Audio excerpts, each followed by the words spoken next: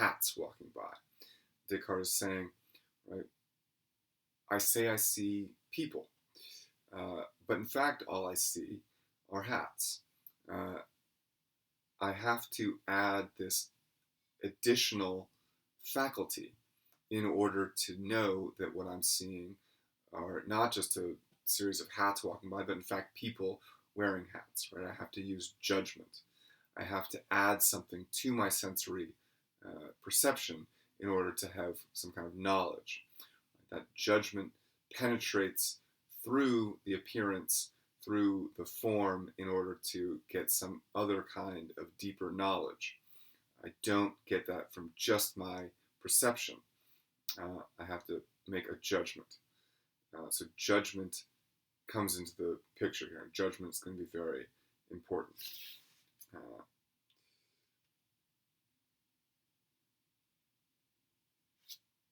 I also want to note here this word automatons is an interesting one, and it's something that Descartes is going to talk about again. One of the major problems for Cartesian philosophy is going to be how can I know that there are other thinking subjects? Right, Descartes has discovered that he himself is a thinking subject, right, and that word, the subject, is a Cartesian word, right? I am a mind that is thinking, a mind that is subject to the external world, which I then doubt, affirm, deny, etc. Subjectivity is a word that really comes from Cartesian philosophy to a large extent. So how do I know there are other thinking subjects? How can I ever be sure that someone I'm talking to isn't a robot? This is a major problem for Descartes. We'll hope, if we were in class together, we would have a longer discussion about this. It's very interesting. Hopefully we can talk about it a little bit more. But let's go back. One of the problems with the video lecture is I focus more on details. I get into it's a more in-depth reading of the text, but there's less opportunity to sort of elaborate on these big ideas through discussion, which I regret. But anyway, let's delve a little deeper into the details here. So on 85, he says at the very bottom, to continue this idea, when I distinguish the wax from its outward forms, take the clothes off, as it were, and consider it naked, then although my judgments may still contain errors, at least my perception now requires a human mind. So this idea of taking the clothes off and consider it naked, right? This is the idea of pure abstract matter removed from any of its manifestations and forms, and that is what requires the mind, right? That's where the mind can truly have clear and distinct ideas. All right. So let's set that aside. That's setting up a lot of stuff, mostly about the fourth meditation. Now, I want to get into the third meditation. The third meditation is big, and I don't think that we'll be able to get through it in the next 25 minutes, 30 minutes. But let's do our best, and then we've got one more class. The third meditation is really the most important, one more class on Descartes, so we'll try and wrap up everything in that next class. So let's jump into it. So the third meditation is on the existence of God. And let me try and summarize a little bit here.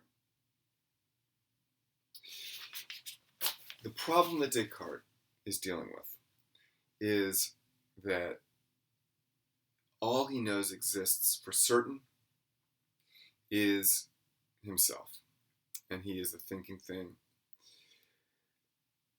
He has not yet, in any way, been able to prove the existence of anything outside of himself. He doesn't know if anything exists but himself. It's possible, as we mentioned in the last lecture, that he himself is God in some way, that he himself is the author of his own illusions, in the same way that a fevered mind would present an hallucination to you, and you might not be able to know that it's an hallucination. If you've ever had a really horrible fever and hallucinated something, you respond to that hallucination as though it's real, as though it is coming from outside of yourself, and yet it is coming from inside of yourself, right? So you can produce things that appear to you to be produced by something else. So Descartes could conceivably be both the subject that is being deceived by an evil deceiver and that evil deceiver himself. There is no, as yet, proof of any external world whatsoever. And this includes God, right? The evil deceiver or God. Now, Descartes appears to be a true believer, a believer, a Christian, a Catholic, someone who is genuinely interested in proving the existence of God. These meditations, this book, were not received well by the Catholic Church, and he had to flee to, as I mentioned, to Holland, where there was greater freedom of thought, greater freedom of speech, and where there was less of a harsh crackdown by the church on philosophy and free thought, particularly in the sciences. And so, on the one hand, Descartes is very much in earnest trying to prove the existence of God. There are some people that will say Descartes' whole proof of God is just an attempt to appease the Catholic Church. It was required of any philosopher to offer a proof of God. If you didn't, you would be, put on trial by the church or the state. You would be in a lot of trouble. So there are those who say that Descartes is just trying to appease the Catholic Church. I don't think that's true at all. I think this is a very earnest proof of God. For my money, in fact, I would say this is the best philosophical proof of God that exists. If you insist on a framework of proof and evidence in order to discuss God, if you think that God requires proof and evidence of any kind, then I think this is one of the best proofs you can get. But even if we take it as a strong and sincere attempt to prove the existence of God, it's also true that there's something troubling about Descartes' proof of God from the perspective of the Catholic Church, or anyone who would want to argue that God is not an object of knowledge or thought, but instead an object of faith and belief, right? It is just misguided to try to have a proof of God, right? The proof of God is irrelevant. You have to have faith in God. That's where the evidence of God lies ultimately, in the act and experience of faith. In any case, so the very idea of trying to prove the existence of God is problematic from a certain religious perspective. But there were certain proofs of God that were acceptable to the Catholic Church, to religious society. Augustine offers a proof of God on free choice of the will, an essay by Augustine. He offers a proof of God that's actually quite similar to Descartes' proof of God. But he talks much more about faith and grace and all these things. So it takes place in a much more theological context.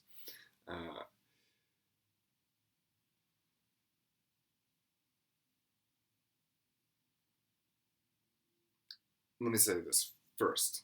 One of the major problems with Descartes, from a religious perspective, and the problem with his proof of God, is that the proof of God is secondary to the proof of his own existence. We'll get into the intricacies of the proof of God in just a second, but we can immediately recognize that the first thing Descartes proves is his own existence, and that therefore the proof of God is in some sense dependent upon the proof of himself.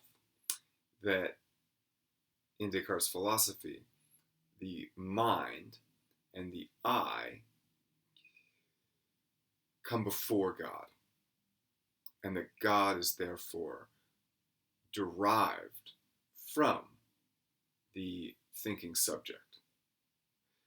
And that is really the most important thing to recognize in this relationship between the cogito and the proof of God, is that however strong, however good Descartes' proof of God may be, and I'll leave that to you to decide, it is nevertheless absolutely true that that proof relies upon and is dependent upon the existence of the thinking mind, that the thinking subject for Descartes is primary and first.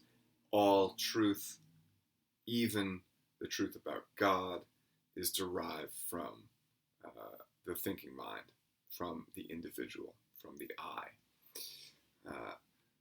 So that's the major problem with Descartes, and from one perspective, right, from the religious perspective.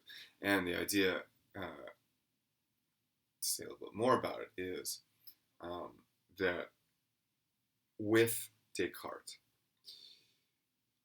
there is a shift from God being at the center to man being at the center, to humanity being at the center. And that this shift is then elaborated and developed by all subsequent philosophy, and will conclude in the history of philosophy with Nietzsche, who declares the death of God. And we can certainly see a continuum from Descartes to Nietzsche, which we'll look at in coming weeks and months. And so, in some sense, the shift that's happening here, where the thinking subject and the I are central and primary, and even God and the proof of God is derived from those, that shift is the beginning of the deterioration of the Catholic Church and the importance of God to philosophy, at least. Talk more about that later. But so Descartes needs to prove the existence of God, but where he begins in the third meditation is simply with the existence of anything outside of himself. Now, I always say that I like to give the accepted proof of God before we discuss Descartes, because it's interesting. The sort of established proof of the existence of God in philosophy prior to Descartes is what was known as the ontological argument. And that argument runs roughly like this.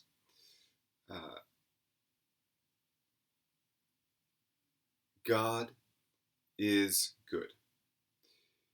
The concept of God must include all good things, right?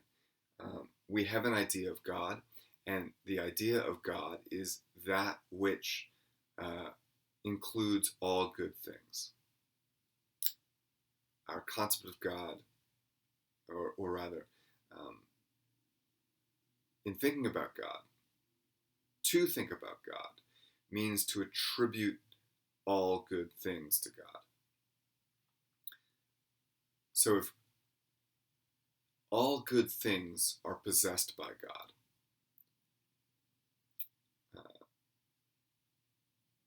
well, let me give you the logical form of this, right?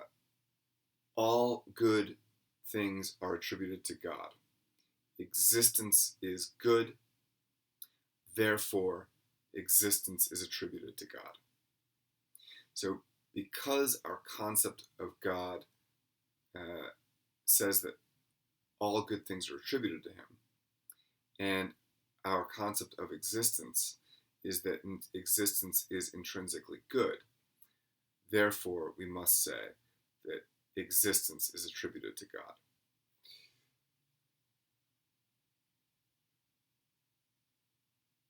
It's actually not as insane a proof as it might sound, right? How would we disprove this this argument, the ontological argument, right? Well, it would be very easy to say, well, existence is not inherently good, right?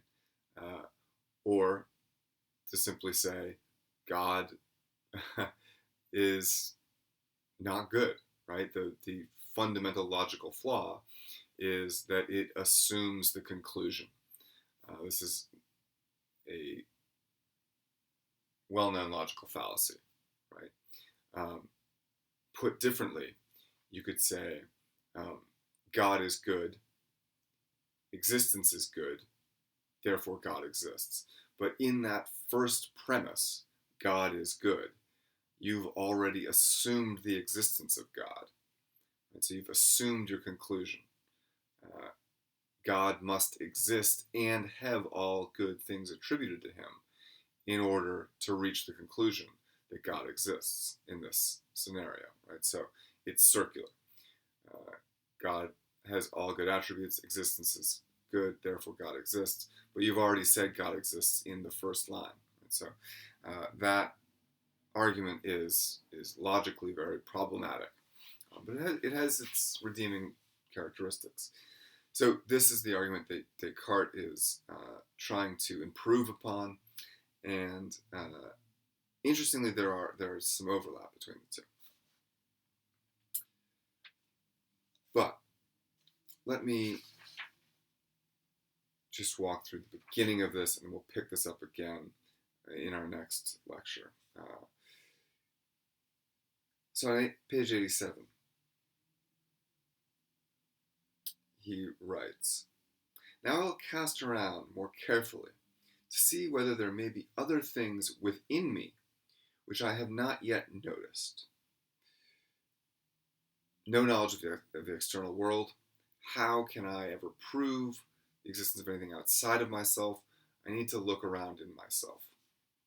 He says, "I am certain that I am a thinking thing.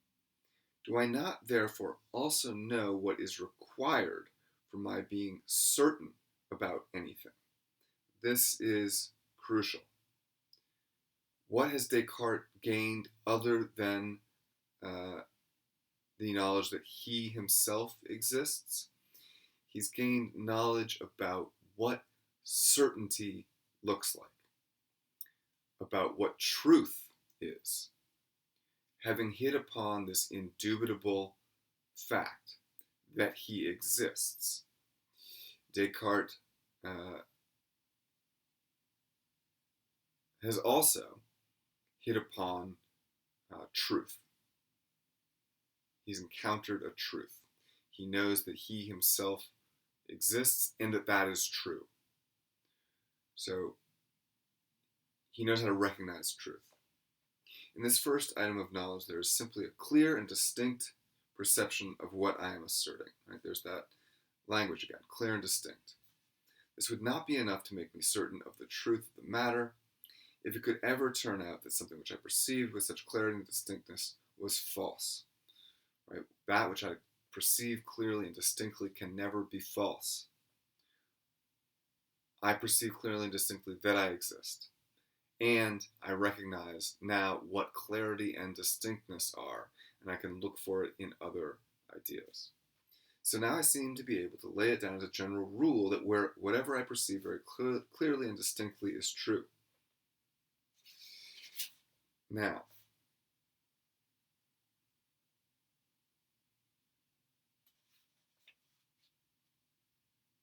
on page 89, he goes on. Among my ideas, some appear to be innate, some to be adventitious, and others to have been invented by me. Three kinds of ideas. Right? Some which I have a priori, I have prior to any experience, which are innate and inborn within me. That will be my certainty in my own existence. Right? By the fact that I am a thinking thing, I have an innate idea of my own existence. Some ideas are adventitious, right? And by adventitious, he means they arise with the advent of something else. So, right, they come from something else. I get them through my senses. They are given to me by the outside world. So, innate ideas, adventitious ideas, and then invented ideas. Ideas that I make up, right? Imaginary or false ideas that I can have. My idea of a unicorn is invented. And so, how do I know which are which? What's innate, what's adventitious, what's merely invented? How am I going to know the difference between an invented idea and an idea that comes from the senses, or an invented idea and an innate idea, and an idea that is true but implanted within me? The chief question at this point concerns the ideas which I take to be derived from things existing outside me. What is my reason for thinking that they resemble these things? Nature has apparently taught me to think this, but in addition I know by experience that these ideas do not depend on my will, and hence that they do not depend simply on me. Okay, so the first thing he's saying, there are certain ideas that I have that can't be invented by me because they don't depend just on my will.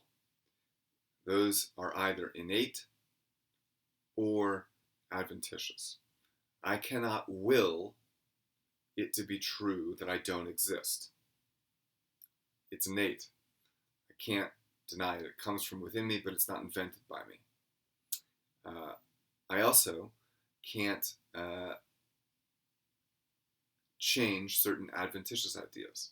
I can't change the fact that my experience of this pencil is of a hard object. I can't will this pencil to be soft. Nor can I will that when I press it into my palm, it won't give me a slight amount of pain. Right? So there are certain things outside of myself, it would seem, because I have an inability to change them with my will. Yet, we still have this possibility that, like the person hallucinating with fever, these are creations of my own mind in some sense, right? That my experience of the external world may still be my own creation in some sense.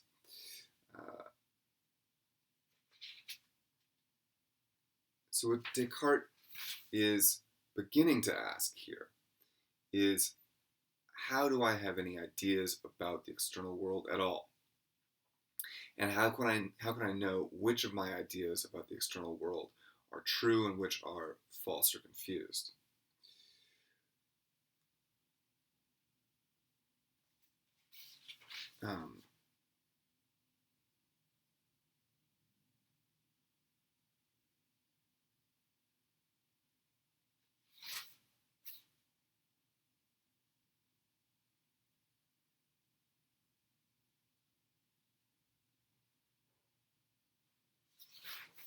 I'm sorry. All right, let's get through this one second.